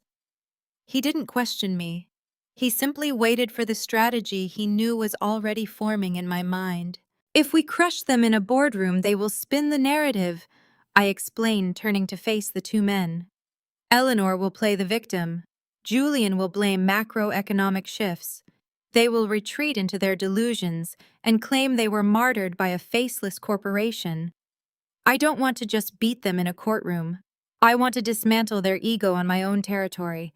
I want them to see exactly who holds the axe." I walked over to Marcus, sliding my hand into his. "It's time to send out the wedding invitations." The psychological trap. For the next week, I orchestrated the trap with the precision of a military campaign. Our wedding was already scheduled to take place at Sapphire Cove Island just 2 days before the resort's official, heavily publicized grand opening. Until now, the guest list had been strictly limited to our genuine inner circle, the people who had supported Marcus when he was turning wrenches in a drafty garage, and the friends who had stood by me when I was working graveyard shifts at the diner. But I was about to add 3 very specific names to the manifest. I designed the invitations myself. I didn't use standard cardstock or gold foil. I utilized the same reclaimed sustainable mahogany that framed the resort's elite canopy villas. The details were laser engraved directly into the polished wood, creating a heavy tactile and undeniably expensive artifact. The wording was meticulously crafted to exploit Eleanor's greatest weakness, her obsession with status. You are formally invited to the wedding of Maya and Marcus. Sapphire Cove Island, Eco Resort, Georgia. All access weekend accommodations provided. I intentionally omitted our last names. I omitted any mention of Aegis Coastal Holdings. I knew exactly how Eleanor's mind would process that piece of wood. She had read the Global Ascent article. She knew Sapphire Cove was the most exclusive talked-about billionaire playground in the hemisphere. By receiving an invitation from her failure of a daughter, Eleanor's toxic logic would immediately draw a comfortable, condescending conclusion. Maya and her mechanic boyfriend must have begged their billionaire bosses for a pity perk. They are being allowed to use the venue off-season, like the hired help they are. But more importantly, Eleanor wouldn't be able to resist the bait. The opportunity to step foot on the island, to potentially rub shoulders with the mysterious elite founders of Aegis Coastal Holdings, would completely override her disdain for me. Julian, desperate for a financial lifeline, would see the trip as a golden opportunity to network with the exact tier of wealth he needed to save his sinking firm. They wouldn't just accept the invitation. They would sprint toward it completely blind to the guillotine waiting at the end of the dock. The arrival contingency. The heavy mahogany invitations were couriered to their Fairfield mansion on a Tuesday. By Wednesday morning, the RSVP pinged in our secure digital registry. Eleanor Vance, Chloe Vance, and Julian Vance, attending. They took the bait. Sarah, our PR director, confirmed sitting across from me in the island's operational command center. The floor-to-ceiling windows behind her offered a sweeping view of the pristine white sand beach and the deep water docks. Of course they did, I murmured, staring at their names on the monitor. Now we lock down the perimeter. I initiated a strict island-wide protocol. I briefed the elite concierge staff, the executive chefs, and the transportation team. Total anonymity. Under no circumstances was any staff member to refer to Marcus or me as the founders, owners, or developers. The facade. We were to be treated as highly respected but entirely standard employees of Aegis Coastal Holdings. The VIP treatment. Eleanor, Chloe, and Julian were to be given the absolute highest tier of luxury service. I wanted them pampered, coddled, and elevated to the very peak of their own arrogance. I wanted them feeling incredibly powerful, right up until the floor fell out from under them. The resort was humming with a kinetic electric energy. The sustainable solar arrays were fully operational. The luxury eco-villas were stocked with imported linens and artisanal provisions. And the maritime forest was alive with the sound of the ocean breeze. It was a masterpiece, and I was about to invite the devil inside the gates. The desperate move. It was Thursday evening, exactly 48 hours before Eleanor, Chloe, and Julian were scheduled to board a Prestige Logistics black car for their flight down to the Georgia coast. Marcus and I were standing over the topographical map in the command center, finalizing the security rotation for the private beachfront when the secure encrypted line on the desk began to chime. Marcus hit the speaker button. Go ahead. It was David, the chief financial officer for Aegis Coastal Holdings. He operated out of our shadow office in Manhattan, serving as the impenetrable firewall between our real identities and the corporate world. Marcus, Maya. David's voice crackled through the speaker, tight with an urgent, bewildered energy. I apologize for interrupting the wedding prep, but we have a severe anomaly in the acquisitions portal. Define anomaly, David, I said, my posture straightening. 10 minutes ago, an unsolicited, highly aggressive investment proposal bypassed our standard intake filters and landed directly in my executive queue. David explained, the sound of rapid keyboard typing echoing in the background. It's a blind pitch. The sender is begging Aegis Coastal Holdings for an immediate 8-figure capital injection, offering a partnership in a portfolio of mainland commercial real estate. Marcus frowned, his brow furrowing. Aegis doesn't accept blind pitches. Why are you bringing this to us? Because the commercial real estate portfolio they are offering as collateral is entirely fabricated, David said, his tone dropping into deadly seriousness. I ran a surface-level audit. The assets they are claiming to own are currently in pre-foreclosure. It's a massive fraudulent Hail Mary to secure cash. Who sent the pitch, David? I asked, a strange, icy premonition sliding down my spine. That's why I called, David replied, his voice heavy with disbelief. The proposal was signed and submitted by the CEO of Vanguard Acquisitions, Julian Vance. The command center fell into absolute ringing silence. I stared at the speakerphone, my heart hammering against my ribs in a slow, thunderous rhythm. Julian had no idea who owned Aegis Coastal Holdings. He had no idea he was dealing with the very company that had just bankrupted him. And he had absolutely no idea that by submitting a fraudulent proposal to our blind LLC, he hadn't just asked for a bailout. He had just handed me the federal evidence required to send him to prison. The roar of the twin-engine seaplane vibrated through the floorboards of the main pavilion as it gracefully descended from the cloudless Georgian sky, its pontoons slicing through the crystal-clear emerald waters of the Sound. I stood on the sprawling multi-tiered teak deck of Sapphire Cove's central hub, watching the aircraft taxi toward the private deep-water docks. The sleek silver fuselage bore the subtle matte black crest of Prestige Logistics. Marcus had personally arranged for one of his company's private charters to fly them down from New York. As the plane's engines powered down to a quiet hum, a team of 6 elite concierge staff members, dressed in crisp, sustainable linen uniforms, stepped forward onto the cedar planks, carrying silver trays of chilled eucalyptus towels and crystal flutes of vintage champagne. I remained in the shadows of the pavilion's grand archway, my heart beating with a slow, heavy, and absolute rhythm. I wasn't the frantic, debt-ridden wait person they had left to drown. I was the architect of their impending reckoning. The cabin door opened. Eleanor stepped out first. She was wearing a rigidly tailored stark white Chanel suit that screamed of desperation to assert dominance in an unfamiliar environment.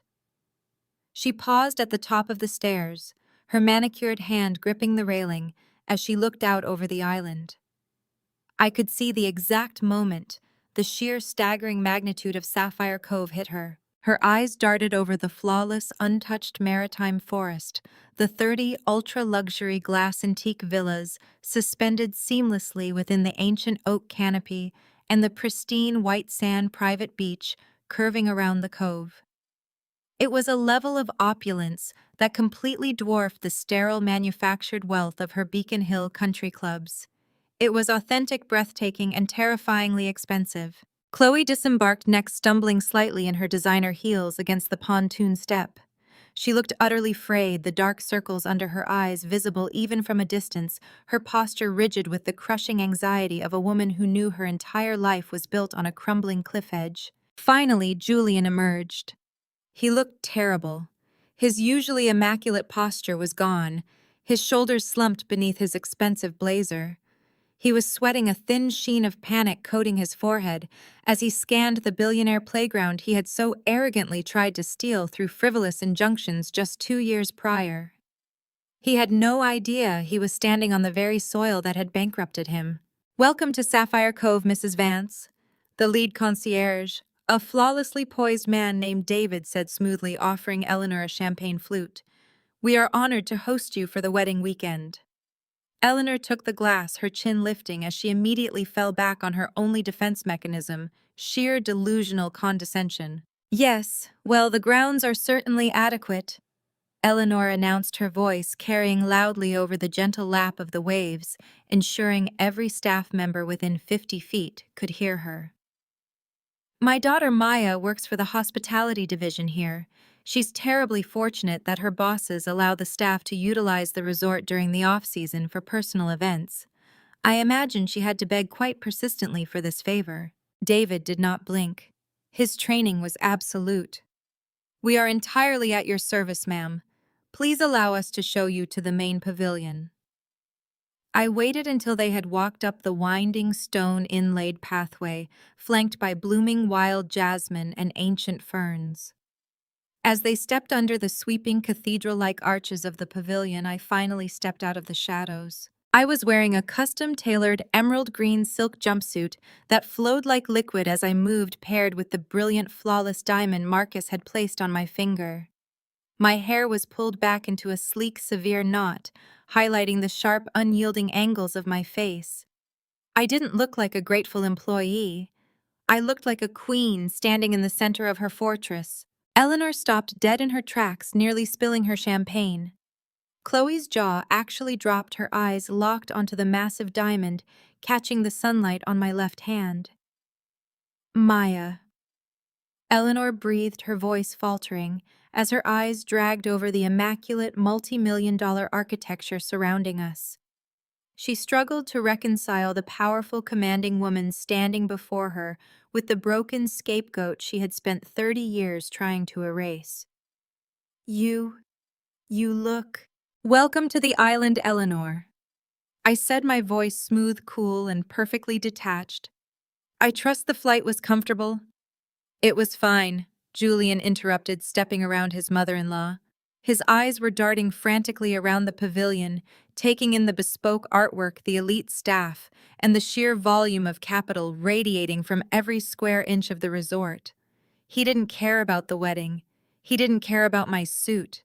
He was a drowning man looking for a life raft. "Maya," Julian said, his voice dropping into a hushed, urgent tone as he closed the distance between us, practically vibrating with nervous energy.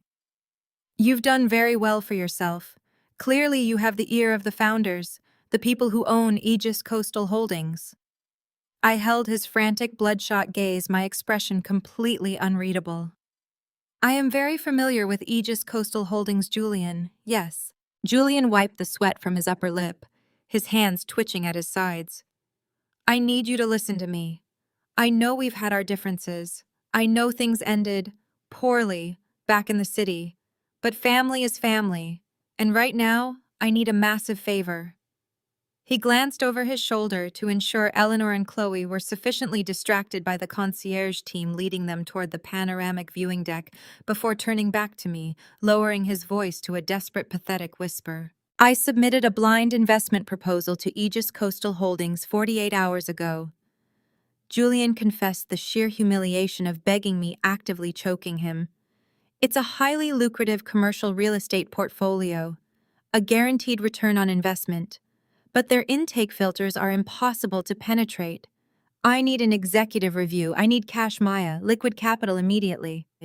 I stood perfectly still, letting the silence stretch, allowing him to marinate in his own pathetic groveling. The man who had fraudulently saddled me with a $4 million debt, who had stood in my mother's dining room and laughed while I was effectively disowned, was now standing in my lobby, sweating through his custom suit, begging me to save his fraudulent empire. "You want me to bypass standard corporate protocol," I said slowly, tasting every single syllable. "You want me to leverage my position here to put your blind proposal directly in front of the billionaire founders of Aegis Coastal Holdings." "Yes." Julian breathed, his eyes wide, practically pleading. "Maya, please. If I don't get this capital injection by Monday, my firm is finished. The banks will seize everything. Chloe's house, the cars, the trust. I am begging you. Just get me 5 minutes in a room with the owners. You owe your sister that much." The audacity of invoking Chloe's name, of weaponizing the concept of family obligation after they had so ruthlessly discarded me, ignited a cold, beautiful fire in my chest. He was handing me the blade, completely unaware of where it was aimed. I looked at him, my face breaking into a slow, chilling smile. "You want a meeting with the owners of Aegis Coastal Holdings?" I stated, raising my voice just enough to carry across the polished teak floors. Eleanor, hearing the sudden shift in my tone, turned away from the viewing deck and walked back toward us, her eyes narrowing in suspicion as she took in Julian's desperate, sweating posture. "What is going on here?" Eleanor demanded, looking between Julian and me. "Julian, why are you bothering her with business?" I didn't look at my mother. I kept my eyes deadlocked on Julian's terrified, hopeful face. "Consider it done, Julian," I said, my voice ringing with absolute terrifying authority. "Your executive meeting with the owners is officially scheduled for tonight's welcome dinner." The welcome dinner took place under a sprawling natural canopy of centuries-old live oaks, their massive branches draped in thousands of pinpoint fairy lights that mirrored the starry Georgian sky above. The ocean breeze was warm and fragrant, with the scent of wild jasmine and salt rolling gently over the multi-tiered teak decking of the main pavilion. The atmosphere was an intoxicating blend of effortless luxury and intimate celebration. A string quartet played softly in the background, their music weaving through the ambient hum of conversation.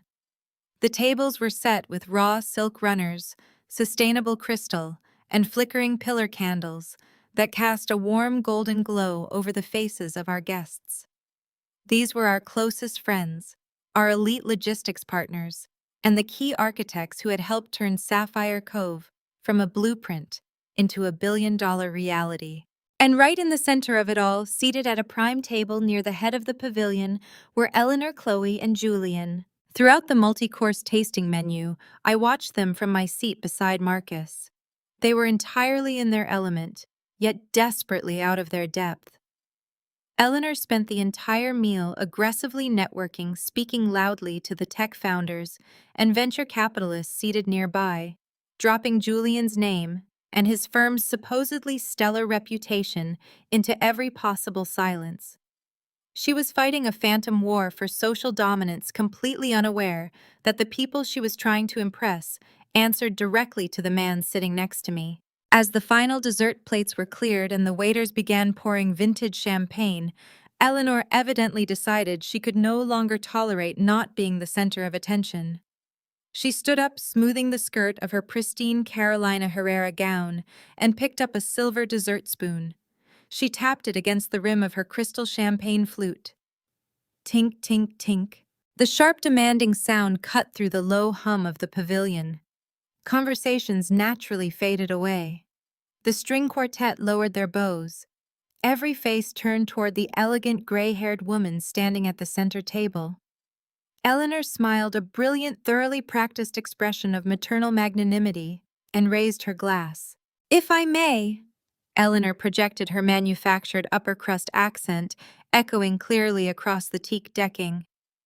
"I would like to say a few words.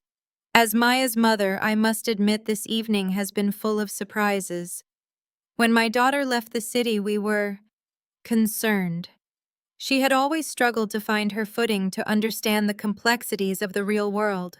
She paused, letting out a soft, condescending chuckle that made my spine go rigid with icy anticipation. "But looking around tonight, I am simply overwhelmed with gratitude." Eleanor continued, gesturing expansively toward the glowing glass villas suspended in the trees. "We must all raise a glass to the immensely generous owners of this island, whoever they may be. To allow their ground staff to utilize this breathtaking, exclusive space for a personal event off-season is a level of charity one rarely sees in modern business." Chloe smirked into her champagne glass. Julian, sweating profusely despite the cool ocean breeze, nodded vigorously, his eyes still darting around the room, hoping the phantom billionaires were listening to his mother-in-law's praise. "It truly warms a mother's heart," Eleanor concluded, turning her gaze directly toward Marcus and me. "It proves that with enough patience and a little bit of corporate pity, even a wayward girl and a taxi driver can have a fairy tale wedding." To Maya and Marcus, a profound, suffocating silence slammed down over the pavilion. Our guests, titans of industry, software developers, and financial heavyweights who knew exactly who we were, did not raise their glasses. They did not drink. They simply stared at Eleanor with a mixture of absolute shock and morbid fascination. Eleanor's smile faltered slightly as her toast fell completely flat, the silence stretching into something heavy and dangerous. I did not break eye contact with my mother. I slowly pushed my chair back, the legs scraping softly against the wood, and stood up. I smoothed the emerald silk of my jumpsuit, picked up my own glass, and walked to the microphone stand positioned at the edge of the viewing deck. I pulled the microphone from its cradle. The cool metal grounded me. Thank you, Eleanor, for that illuminating introduction. I said, my voice ringing out with perfect, unshakable clarity. I didn't sound angry. I sounded like a judge reading a final verdict. It is customary at a welcome dinner to thank the hosts. And my mother is absolutely correct about one thing: the founders of Aegis Coastal Holdings, the developers of Sapphire Cove, are indeed generous. But they are not faceless. I paced slowly across the deck, the heels of my shoes echoing in the quiet night. Aegis Coastal Holdings operates on a foundation of absolute discretion and decentralized power. I explained, addressing the entire room, but keeping my eyes locked on the Vance table. It requires a logistical framework so complex, so flawlessly executed, that it can outmaneuver legacy corporate firms and acquire highly contested coastal territories right out from under them. Julian's head snapped up. The color began to drain from his face as the specific phrasing hit his ears. Highly contested coastal territories. It requires a mind that doesn't just understand transportation, but understands the entire architecture of global movement. I continued, my voice dropping an octave, settling into a cold, lethal cadence. Eleanor is right to thank the owner of this island.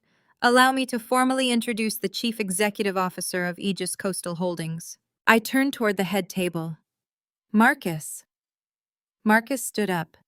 He didn't just stand, he commanded the space. Dressed in a flawless, custom-tailored midnight blue Tom Ford tuxedo, he moved with the predatory, grounded grace of a man who owned everything he surveyed. He walked over to stand beside me, the ambient light catching the sharp, intelligent angles of his face. He radiated a quiet, devastating wealth that instantly suffocated the air in Eleanor's lungs. Eleanor physically recoiled, her hand flying to her throat, her champagne flute trembling wildly.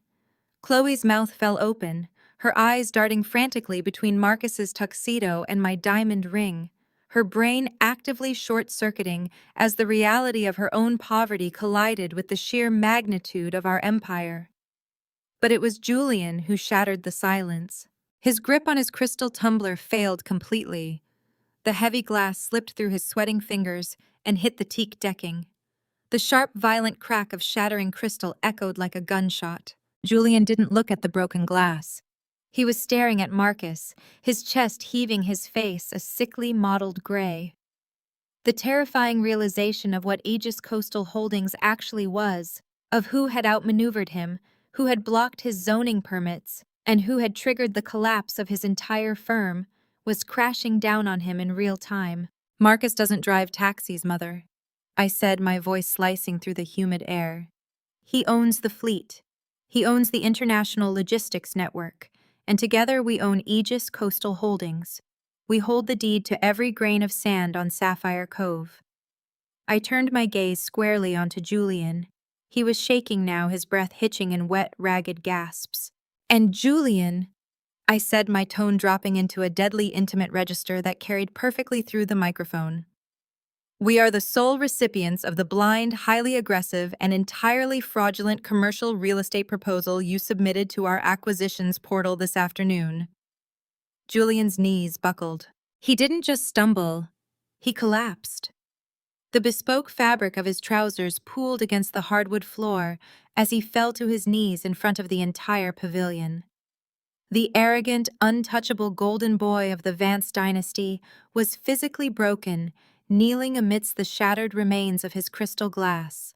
Please! Julian choked out the sound, pathetic and raw, echoing through the dead silent pavilion. Tears of absolute terror spilled over his eyelashes.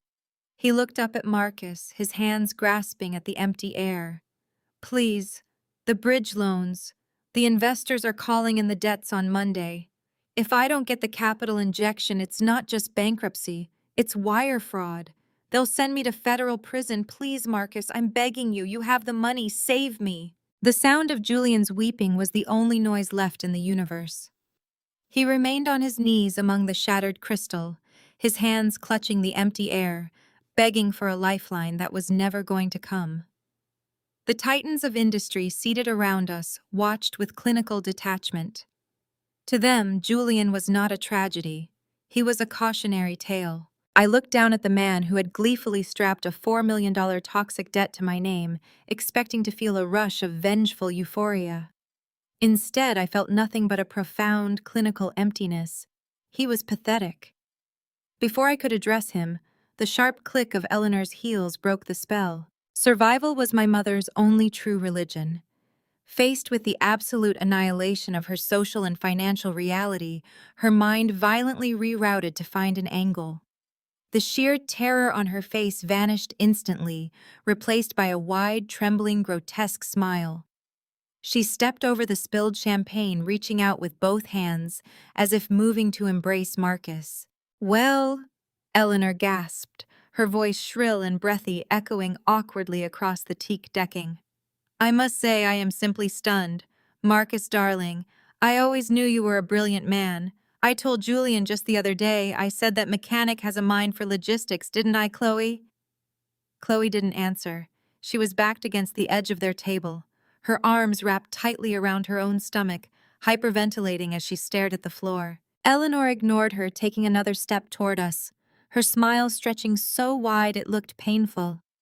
"And Maya, my beautiful, clever girl, you always were full of surprises, keeping this a secret from your own mother. But I understand business is business, and now seeing what you two have built together, it's just magnificent. We are so proud. And naturally, as family, we must stick together in times of crisis. Julian has hit a minor rough patch, as you know, but with a partner like Aegis Coastal Holdings—" "Stop," I said. I didn't yell. I didn't raise my voice by a single decibel. But the absolute freezing finality of that one word hit her like a physical blow. Eleanor froze, her outstretched hands dropping slowly to her sides. I turned my attention away from her and looked down at Julian. I raised my hand slightly, signaling David, who had been standing at attention near the pavilion entrance. The lead concierge stepped forward, his face completely devoid of expression, and handed me a sleek black leather folio. I flipped it open, pulled out a thick stack of legal documents, and let the leather binder fall to the floor. I held the papers out so Julian could see the cover page. It was his desperate fraudulent investment proposal, and stamped diagonally across the center in massive glaring red ink was a single word: rejected. I let the papers slip from my fingers. They fluttered down, landing directly on top of the shattered glass at Julian's knees. "There will be no capital injection, Julian," I said, my voice projecting clearly to every corner of the pavilion. "There will be no executive review. Your portfolio is a toxic wasteland of pre-foreclosure properties, and your bridge loans are in default. You gambled your entire firm on the assumption that you could steal this island, and you lost. I am not a bank, and I am certainly not your savior. If the federal authorities are calling in your debts on Monday, I highly suggest you spend the weekend securing a very good defense attorney." Julian let out a guttural, wretched sob, burying his face in his hands. Eleanor's fake smile finally shattered. The terrifying reality of their ruin set in, and her features contorted into a mask of ugly, desperate rage. "You cannot do this!" Eleanor shrieked, all pretense of high society elegance vanishing. "You are my daughter. You have billions of dollars. You could save his firm with the stroke of a pen. You owe this family." "I owe this family absolutely nothing," I replied, turning my gaze to lock onto hers. "Do not speak to me of family obligations, Eleanor. I remember exactly how you define family." I took a slow, deliberate step toward her. She shrank back suddenly, realizing she was completely powerless. "I remember the Thanksgiving you threw me out of the house because my ambition didn't fit your aesthetic," I said, laying out the facts with methodical, surgical precision. "I remember the phone call you made to that mainland developer, ensuring I lost my job just to keep me destitute and under your heel. I remember standing in my grease-stained apron at the bistro watching you slide a single crumpled dollar bill across the table as a tip." I let the words hang in the air, allowing the surrounding guests to hear exactly what kind of woman she was. You don't want a daughter, Eleanor? I continued, my tone dropping into a deadly calm. You want a bank. You want an ATM to fund your country club memberships and Julian's fraudulent acquisitions. But the bank is closed. The account is permanently overdrawn. Eleanor opened her mouth to argue, but the fight had completely left her. She looked old, fragile, and utterly terrified. You have exactly 1 hour, I announced, my voice carrying the weight of absolute authority. 1 hour to return to your villa, pack your bags, and proceed to the service dock on the north side of the island. You will not be flying back on the seaplane. My security team will escort you onto the supply ferry. It is a slow, unglamorous 3-hour ride back to the mainland. I suggest you use that time to figure out where you are going to live, because the Fairfield mansion belongs to the bank now. The finality of the statement hit the group like an earthquake. But the most violent reaction didn't come from Eleanor or Julian. It came from Chloe. My sister, who had spent her entire life coasting on the unearned superiority of our mother's approval, finally cracked under the pressure. She let out a piercing, hysterical scream, throwing her champagne glass against the stone pillar of the pavilion. "This is your fault!" Chloe shrieked, spinning around to face Eleanor, her face red and distorted with panic and rage. "You did this! You told us she was a nobody! You told Julian he could take this land! You arrogant, stupid old woman, you ruined us!" "Chloe, stop it!" Eleanor gasped, reaching out for her favorite daughter, tears finally spilling over her cheeks. "Don't touch me!" Chloe slapped her mother's hand away, her voice cracking into a vicious, ugly sob. "We have nothing. The house is gone. The money is gone. You played games with her, and now we're going to be on the street." Chloe turned on her heel and practically sprinted down the teak pathway, her sobs echoing into the dark maritime forest. Eleanor stood frozen for a second, looking around at the silent, judging faces of the billionaire guests, before she let out a whimpering cry and stumbled after her daughter, leaving Julian weeping alone on the floor. I nodded to David. The concierge snapped his fingers, and 4 broad-shouldered men in dark suits stepped out from the perimeter. They hauled Julian to his feet by his armpits, dragging the sobbing CEO away toward the villas to pack. I stood on the deck, watching them disappear into the shadows of the resort. The toxic, suffocating weight that had pressed down on my chest for 3 decades was gone. I had not just defeated them, I had exposed the absolute rot of their foundation. I had protected my peace, my empire, and my future. Marcus stepped up behind me, wrapping his arms around my waist and pressing a warm, grounding kiss to the side of my neck. I leaned back against his chest, letting out a long, shuddering exhale. The string quartet cautiously resumed playing a soft, triumphant melody that signaled the return to celebration. "It's over," Marcus murmured against my skin, his deep voice vibrating with quiet pride. "They are gone. Tomorrow you become my wife and we start the rest of our lives." I turned in his arms, wrapping my hands around the lapels of his tuxedo, a genuine luminous smile finally breaking across my face. I was ready. I was completely, unequivocally ready for our perfect day. But the universe, it seemed, was not finished testing us. A sudden blinding flash of pure white light violently illuminated the entire cove, casting stark, jagged shadows across the pavilion. Less than a second later, a massive, booming crack of thunder rolled across the island so loud it rattled the crystal glasses on the tables and shook the teak floorboards beneath our feet. The warm ocean breeze instantly vanished, replaced by a sudden freezing downdraft. I spun around, looking out past the deep-water docks. The starry sky had been completely swallowed by a churning, pitch-black wall of clouds advancing rapidly from the Atlantic. The island's weather sirens began to wail, a high-pitched mechanical scream cutting through the music. Our perfect, meticulously planned outdoor wedding was sitting directly in the path of a catastrophic coastal storm. The tempest that battered Sapphire Cove through the night was a violent, chaotic symphony of wind and rain. It lashed against the reinforced hurricane-grade glass of our suspended villa, howling through the ancient oaks as if the atmosphere itself was furious. I lay awake in the dark, safely wrapped in the warm, heavy weight of Marcus's arms, listening to the onslaught. I didn't feel an ounce of fear.